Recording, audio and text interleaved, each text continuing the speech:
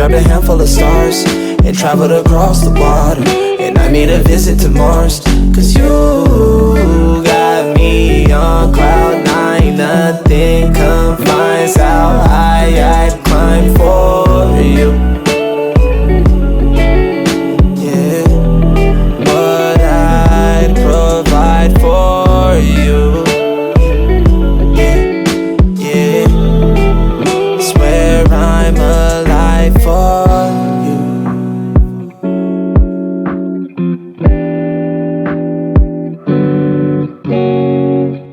Savvy family, what's poppin'? Yo guys, we are back today with another video for y'all. Another one. Today guys, we are going to be talking about our labor and delivery process. Baby girl, give them the deeds. So today we're gonna be going into all of the nitty-gritty details of our labor and delivery videos. We have a part 1 and part 2. If you guys have not watched those, definitely go and check those out before you watch this video. Be prepared to cry though if you do watch them. They're pretty emotional, and it was a very intimate experience for the both of us. But yeah, we're just gonna get right into it. Starting from the top. Well, first off, from the tippy top, I don't want none of y'all talking about how y'all saw me crying like a baby. It's okay, men can cry. Jesus cried, so you're That's good. facts. Jesus wept. Only the millions you men gotta cry. explain yourself, baby. Okay, it's okay. It's okay. I'm just tired of people being on my head about it, man. My daughter was born. Alright, anyway, y'all. We're gonna get into it. It all started like in the morning time, the 23rd of July. I woke up and I looked over at my baby girl and she was knocked out still. But like I noticed might be like a lot of info. A little like, TMI. Yeah, I told TMI. you guys it's gonna be all the nitty gritty details. But, so like I looked over and I seen that that she was bleeding, and I was like, "What is that?" And she was like, "Yeah, it wasn't a prank or nothing like that." I was like, "Why are you bleeding?" Anyone that has been pregnant or knows anything about pregnancy, whenever like you bleed, it can be a little scary. So at first I kind of She didn't know. out. So I called my doctor out. right away, and then they told me that I was completely normal. And then they told me once my contractions lasting, it was like 40 to 60 seconds, and then if they were 5 minutes apart, then we needed to call them back. Yeah. So before she had even called, she went to the bathroom to go and like fix herself, and she was like, I was like, "Babe, like, do you feel any like contractions or anything like that?" Honestly, just felt like really bad period cramps, if I'm being honest. But that's all it felt like at first. They started getting bad around like 11 o'clock, and they started getting really intense and regular at about 1 a.m. I called the doctor again, and I'm like, "Yo, like, she's having like some back-to-back 5 minute apart contractions." They were like, "If you need pain intervention, you need to come in." Because it's gonna take about an hour to get seen. Before they could even give you the epidural, they had to do a bunch of testing. They had to test you for COVID, all types of stuff. So we decided to pull up on them. I sat in the car for like 3 hours. So I'll tell you guys my perspective of those 3 hours laboring by myself. So I got there, and the first nurse that I had, honestly, was probably the most help other than the doctors at the end of my delivery. And honestly, I thank God for her, because I probably wouldn't have made it those 3 hours alone. Because Stacy, I was on FaceTime with him, and I'm not gonna lie, like, it was really rough. Like, I didn't expect my first labor and delivery experience to go like this, like, at all. But honestly, like, at the end of the day, I just thank God that I was even able to get through it. Yeah. But my heart definitely goes out to like all the other families that are having these same experiences that we are when it comes to having a baby, or even just having a life event and not being able to be there with the ones that, you know, you love. And they get you through it, really. Yeah. And like the whole time y'all saw me, if y'all seen the videos, y'all knew I was pissed off. Like there was a point in time where Lily called in and she was like, "I'm 8 centimeters dilated," and I was like, "Bro, you were just 3. So I'm sitting in the car, and like I was half asleep when she called at this point, and I was like 8 centimeters. So I just bust out the car, like didn't even care, ripped the door off. I grabbed all this stuff and I started running through the hospital. I had like bags flying off the back of me. Like I asked Lil, like I had a big old bruise right here because like one of our hospital bags was like tugging on my neck. Like we packed for, I don't know why, but we packed for like 20 days. Like we thought we was gonna be in that joint forever. So I just started running through the hallway. People started asking me. They were like, "Yo, stop! Wait! You can't just come in here." I'm like, "But my baby." The hospital, like they have to test you. Yeah, they have to test people. I was like, "Forget y'all, bro. Forget all y'all." So I'm like through the hallway, like just gone. And like people was yelling down the hallway, they were like, "Ah!" you all come back here. I was like, my girl having a baby. She ain't centimeters dilated. And everybody was like, oh, just go on. I'm running through the hallway. And like, I don't even know where I'm going. I'm just running. Like, I'm running the wrong way. I was like, hey, we're labor and delivery. They were like, you going the wrong way. Is that way? I was like, all right. I'm just running through the hallway. And so like, finally I get to the room. A nurse comes in and she was like, are you Mr. Nunn? I was like, yeah, that's me. And she was like, all right, cool. We have your girls. It's like 3 hours into it. So I'm like, yo, does she have the epidural? And the thing is that made me upset was I thought they were going to bring him like straight to me, but they brought him to the labor and delivery room, which like took another about like 20 minutes for me to get from triage to the room where I would be delivering from. Okay, so before I was 8 centimeters, my nurse recommended, because I hadn't gotten the epidural yet and they hadn't admitted me, but my nurse recommended that I get some morphine. If y'all watch the video, y'all know how that went. Honestly, if I had the choice for my next child, I would honestly stay on morphine and not even get the epidural. It was funny, so the nurse got to the room. I was like, what's going on? Where's Lily at? And she was like, well, she's coming, doing the COVID test. And I was like, bro, we've been here for 3 hours. Like, what have y'all been doing this whole time? Yeah, I was like, what are y'all really doing? Because they were going to have to test me anyways. Yeah, so I was like, okay, just hurry up. I was like, and then so I asked her, I was like, have you given her the epidural? She goes, well, no, not yet. And, but we're working on it as soon as she gets to the room. I was like, wait, hold on. And I copped the biggest attitude with her, I swear. I was like, so my girl requested an epidural like before 3 hours ago. Before we even got there. And like you're meaning to tell me that she's 8 centimeters dilated right now, and you haven't given my boba a damn epidural? I was so heated. Like, you have no idea. Like, you went off on the I was going off on the nurse. Yeah. And I was like, bro, like, what's taking y'all so long? I was sitting in the car. Y'all didn't even tell me. If she hits 10... My baby fought for me. Yeah, I was like, if she hits 10 centimeters and she didn't got an epidural, I'm coming for all y'all head. Like, literally, I just told them. Right. And so she, like, runs out. And, like, I never seen her again. Like, she just got a whole new nurse. Like, we got a whole new nurse that I don't even think was supposed to be with us that night. But she was like, yo, that man crazy. I was like, yeah, I'm hella crazy. Just get my girl to epidural. That's all I need. My boy need to have an epidural right now. But anyway, so we got a new nurse came in. And I was like, yo. And I told her straight. I told her so straight. I was like, if we want this to be a pleasurable experience for both of us, I just need you to get my girl the epidural. Yeah. And then she was like, okay. And she ran out, got Lily, brought her into the room. And then, like, 10 minutes later, she got the epidural. So I'm sitting out waiting. I come back in the room. This girl is high as hell. Just high. Yeah, like, I honestly don't remember half the things. She was so high. So I'll tell this part. I'll tell this part. At that point, Lily just started like just being really high. Then she took a nap, and then like she woke up. Yeah, and this so after I got the epidural. Yeah, after she got the epidural, she took a little nap, and then so like this is kind of what started scaring me. She woke up and she just could not stop shaking, and then I looked it up, and like it said that like it's so common that women shake because their nerves are on edge, and then the medicine too. Yeah. It makes you like edgy. She just started like spazzing, and like she was sitting there. She was like, babe, isn't normal for me to be shaking? She was going crazy. But like yeah, so she was just spazzing, and then so it just came time for us to start pushing. The doctor came in and was like, yo, you're 10 centimeters dilated. We can start pushing wherever you want. The thing is that the baby's head was still kind of pushed back. It's here. She hasn't descended to like here yet. We hadn't done some research about like laboring down, so she sat up for like an hour and a half. And I was the one that even like asked that I could do that. This is when it started getting obvious, like that the nurses and the medical professionals didn't like they didn't really care. They didn't like even or recommend, like they weren't giving us any recommendations. They were like, you can start pushing now. Like she wasn't even ready to start pushing. And I wasn't ready at all. Yeah, and I knew I wasn't ready because I couldn't feel any pressure. Yeah. And we had done a ton lot of research. Yeah. And literally the doctor was like, oh, are you a nurse? And I was like, no, I just did my research. Yeah. And I was like, yeah, like, can I please like wait until I feel pressure to push? And then she was like, oh yeah.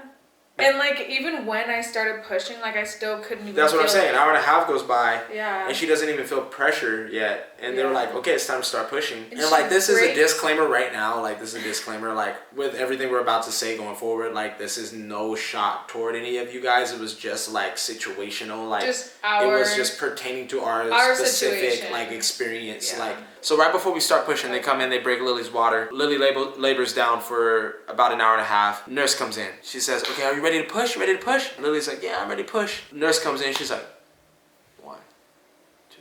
Yeah, not hype out. I was like, wait. And it was only one nurse. Like I see so many labor and delivery videos in the short time. Like every single time, nurses be like, "All right, baby girl, time to push. Ready, push, push, push, push, push, push, push, push, push, push, push." Right? And usually there's like one nurse on each side and then a doctor. And mind you, this nurse had never given birth before. So it also didn't help the fact, like, I love my baby, but like it didn't help the fact that I didn't have someone in the room that had never given birth before to kind of guide me through this whole process, which is why like I really wanted Stacy's mom to be in the actual delivery room with us, because I just wanted someone there that would be able to help guide me through the birthing experience. And it just was kind of rough, but honestly, like my baby, he was the best midwife. I love you, midwife. If y'all need a midwife, if y'all need y'all babies delivered, I'm the best midwife. $300 an hour. That's it. That's all I'm saying. Anyway, but anyway, like the actual doctor comes in. She's like, "How are you doing?" Blah blah blah blah blah blah blah.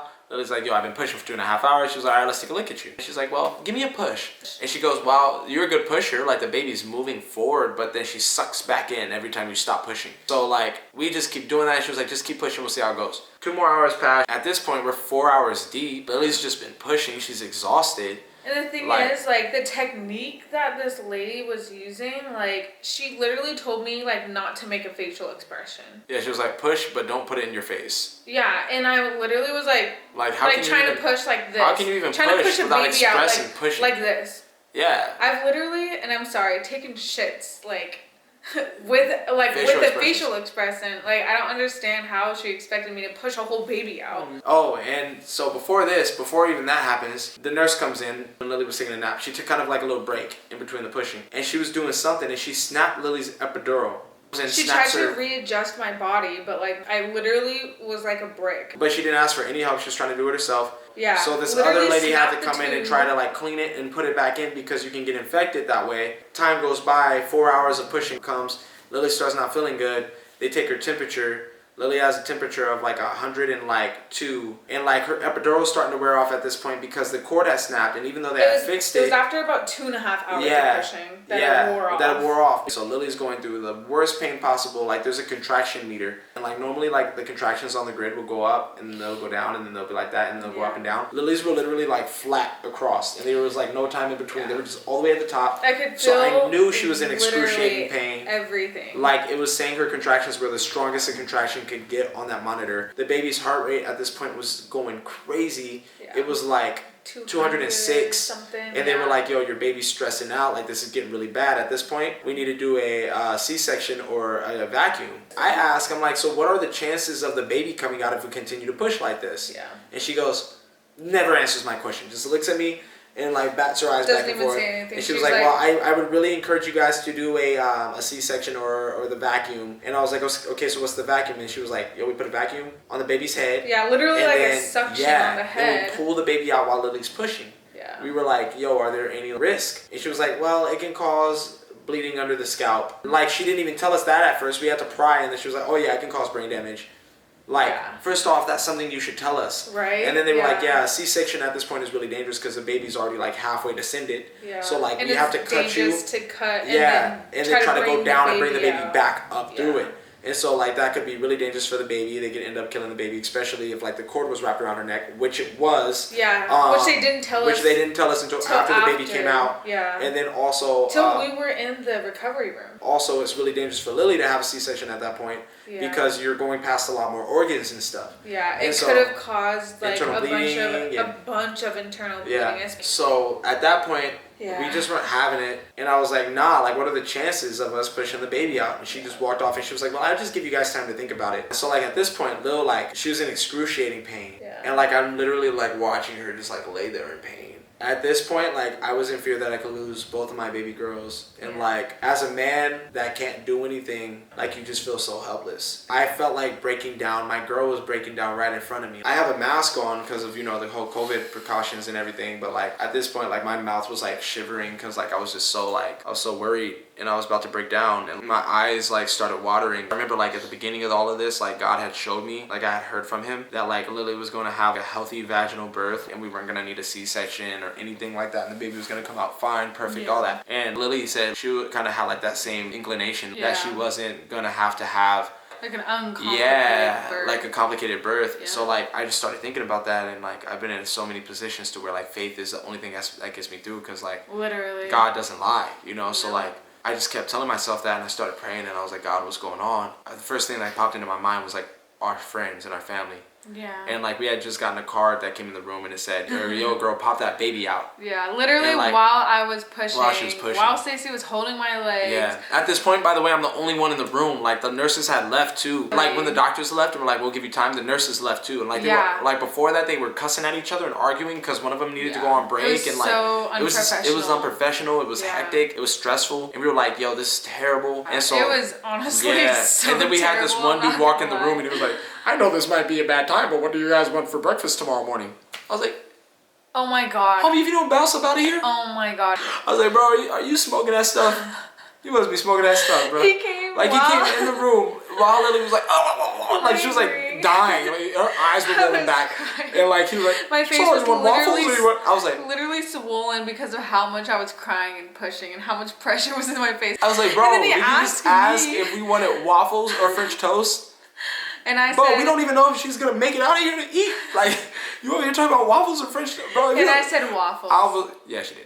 All right, anyway, so like at this point, I'm the only one holding her legs, and like the first thing that pops into my head, I'm about to break down with her, and I know if I break down, it's over, because at this point, for some reason, I was the only person keeping it together. And I remember like started seeing like all of our friends, and they dropped off this card. Actually, we have it right here. We save it because it's like so monumental for us. But they dropped off this card. It means so much. It literally says "Pop Azalea out, girl." Those words popped in my head, and I was like, we gotta literally pop Azalea out. Like we gotta push her out. Like this isn't an option. And then I started seeing like all of you guys, like all of the love we got during the baby shower, like all of the gifts we got sent, and like how we're not wanting for anything because you guys just did such a good job at like making sure we were taken care of and loved. And I was like, yo, if this wasn't meant to be, like if the baby was meant to not be here, and if Lily was meant to not be here, like we wouldn't have made it this far. Yeah. And so like it just hit me, and like I just got a burst of energy, and I was like, yo, Lil, hear me. I know that you're in pain right now, and I know it seems like it's gonna last forever, but the thing about pain is temporary. And I remember telling her that, and like I just saw her start listening. Like I saw her come back. Like her eyes were like not there, and then like I just saw her come back. And then I was like, giving birth is the hardest thing that anybody has to do. And I know you've been pushing and you've been giving it a lot, Lil, but you haven't given it every fiber, or you're being yet. We gotta push harder than imaginable. Like at this point, like you got this, girl. Honestly, you got this. I was like, we can't afford to have a C-section. And then I was like, do your contractions make you feel like you need to push? And she was like, yeah. So like I got like literally this close in her face. Yeah. And I grabbed both of her legs, and I was literally like, okay, girl, like it's you and me. We just started pushing, like we were screaming. Like honestly, like Stacey was saying like all these things, and mentally like I don't remember every single word that he said, but I think the fact that Stacey and I were so like this spiritually like connected, that like that's what literally got us through it. And like even though Stacey wasn't like physically pushing or like physically going through the pain, like I knew that like Stacey was feeling everything, and I'm sorry, I'm getting emotional, feeling everything that like I was feeling. Yeah, like and it was just crazy because like it was funny. I had a conversation. Not crying.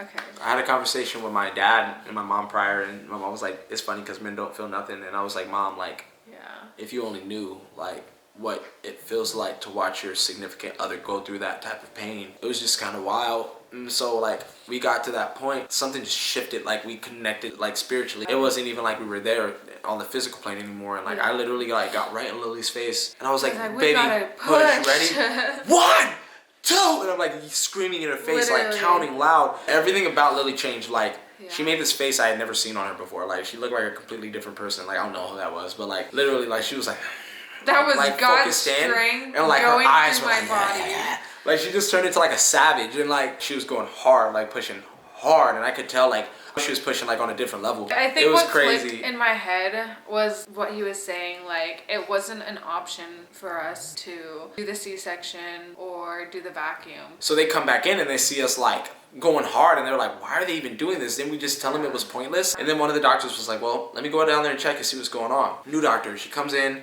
she looks down there, and she goes, yo, wait. The baby's right there. Right like there. Whatever y'all are doing is work. Just keep doing it. I just remember saying, and I was like, Lil, like, give me like 10 more everything you got pushes. Any of these pushes could be your last one. Lily gave like 3, And I knew that they were working. I knew they were effective. Yeah. And the doctor was like... Because I could also, at this point, like, since I could feel literally everything yeah. like, I could feel the pressure, and it helped with being able to push her out. The pain was like motivating. But the doctor was like, yo, the head is here. Like after those 3 pushes, and she was like, you want to feel your baby's hair? And Lily at first was like, nah. And I was like, babe, you need to do that. Like touch your baby and know that she's right there. She reached down and touched your baby. And I was like, baby, couple more. Like everything you got, any of these could be the last ones. Lily pushed a couple more times, and like I saw the doctor like literally grab Azalea's head. And I was like she grabbed the hell out of her head. She was like, come on, pull the baby out. Azalea was like, pulled the baby.